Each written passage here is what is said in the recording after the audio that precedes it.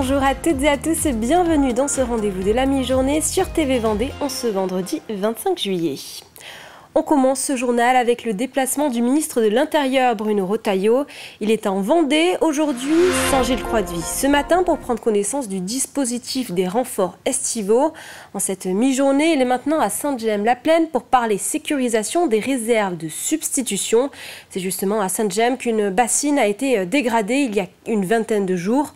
Une action revendiquée par un collectif jusqu'à présent inconnu.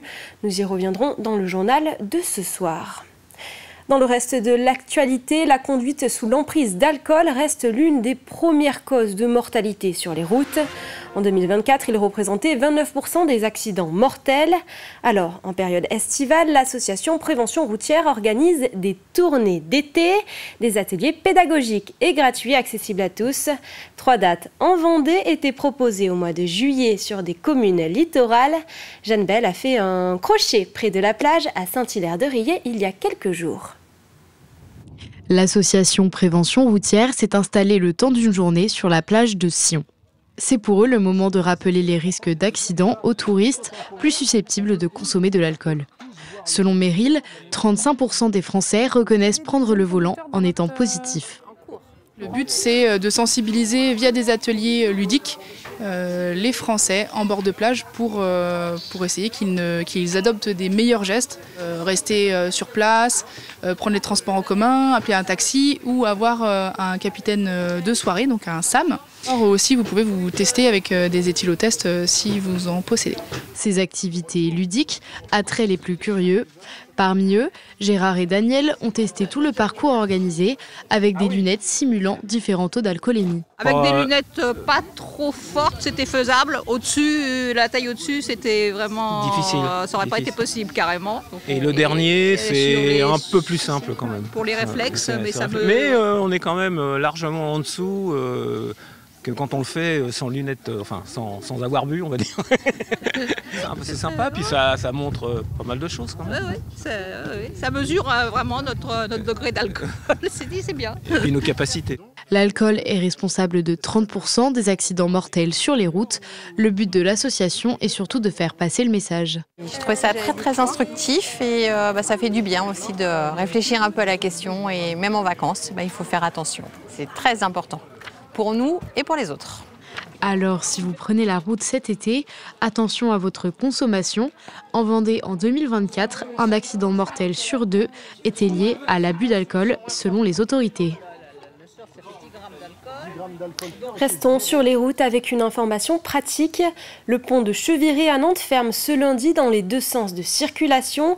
C'est la première fois qu'un tel chantier est engagé. La circulation sera très compliquée si vous devez franchir la Loire. Des déviations, vous le voyez, sont mises en place sur le reste du périphérique nantais. Une exploitation de peupliers devient prairie naturelle pâturée. Le parc naturel régional du Marais Poitevin vient de restaurer une parcelle communale à Lié, près de Maizé, dans le sud de Vendée. Le champ a été nettoyé, clôturé et les fossés ont été curés. Il est désormais prêt à accueillir les bovins d'éleveurs locaux. Un double avantage pour l'agriculteur voisin et pour la commune. Thomas Chevalerias nous explique en images cette initiative. Il y a 4 ans, 112 peupliers poussaient sur ce terrain. Les peupliers ont été vendus par la mairie de Lié qui possède ce terrain.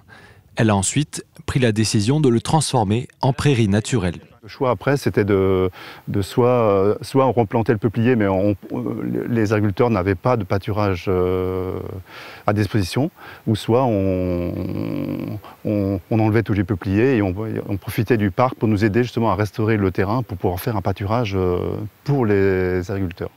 Cet espace aura donc une vocation agricole, mais surtout environnementale.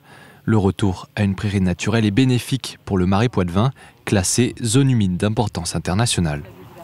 Ça a des fonctions dans l'écosystème du Marais, à la fois de filtration des eaux, de régulation des eaux, d'accueil de la biodiversité. Et ce genre de petite intervention contribue à cette valorisation et au fait que donc, les prairies jouent un rôle très important dans l'équilibre du Marais.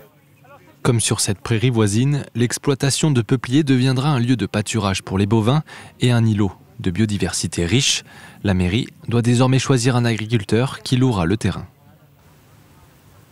De jeunes fontenaisiens avaient déjà peut-être bénéficié de cours de danse contemporaine pendant l'été. Danse au cœur est renouvelé pour 3 ans et il devient l'Académie du mouvement.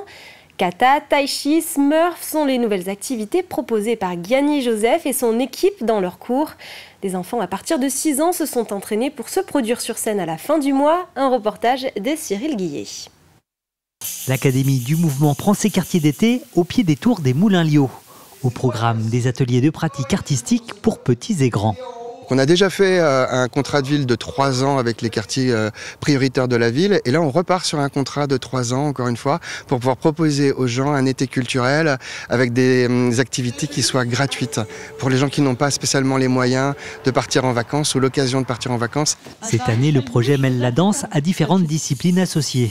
Pour cette première session, c'est le karaté qui est mis à l'honneur, plus particulièrement le kata, avec une invitée de marque, Lola Cochard, une jeune fontenaisienne, membre de l'équipe de France. Elle a tout récemment décroché le titre de championne de France junior et est aujourd'hui classée 7e de sa catégorie au rang mondial.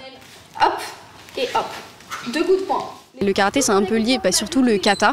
Il y a un côté vraiment artistique, un côté vraiment d'esthétique dans ce qu'on fait. Bon, le combat, toujours un petit peu moins, mais il y a toujours les mêmes techniques qu'on retrouve. Car le kata est en quelque sorte une chorégraphie qui regroupe les différentes attaques et défenses que les karatékas utilisent lors de leur combat.